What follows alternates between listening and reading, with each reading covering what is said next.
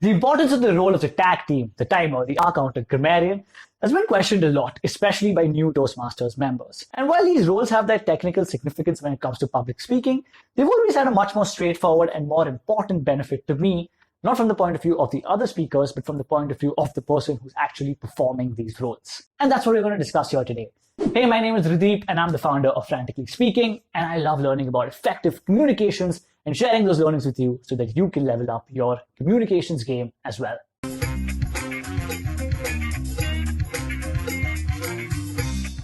Now, as I said before, these roles have their importance when it comes to the technicalities of public speaking. The timer ensures that we do not speak as little as possible and get away with it, or drone on and on to actually bore the audience. The R counter makes sure that we reduce our usage of filler words like so like.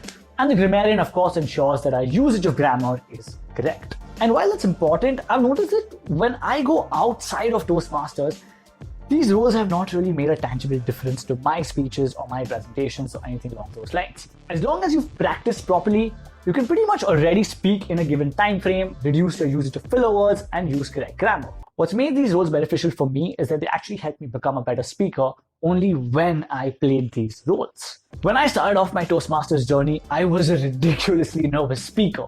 I would find it hard to even stand up and introduce myself. So giving an icebreaker speech was just a very ambitious thing. But because of the simple and straightforward nature of the tag team roles, I could perform them to get a lot more comfortable and familiar with the stage. I performed those roles quite often until I was comfortable enough to actually deliver my icebreaker speech. I'm putting a link in the description below where you can actually see my icebreaker speech. And you can see that I was nervous. I remember being nervous. My body language is stiff. I'm not moving much. My body is just so tight. But I'm still more confident than what I would have been if I had never performed those roles and if that was my actual first time on stage. And the reason why these roles work really well in making me feel familiar and comfortable with the stage is because nobody's really expecting us to be very flamboyant when we perform these roles. As long as we're doing our tasks correctly, which is either timing people, reporting filler words, or incorrect grammar usage, we're mostly good to go. The pressure of performing isn't there as much as it is with a prepared speech, even though Toastmasters is inherently a safe place to fail. And that's what these roles really help me do. They made me comfortable enough to actually give my icebreaker speech, and every speech after that helped me push myself a little more and more out of my comfort zone. And that's about it.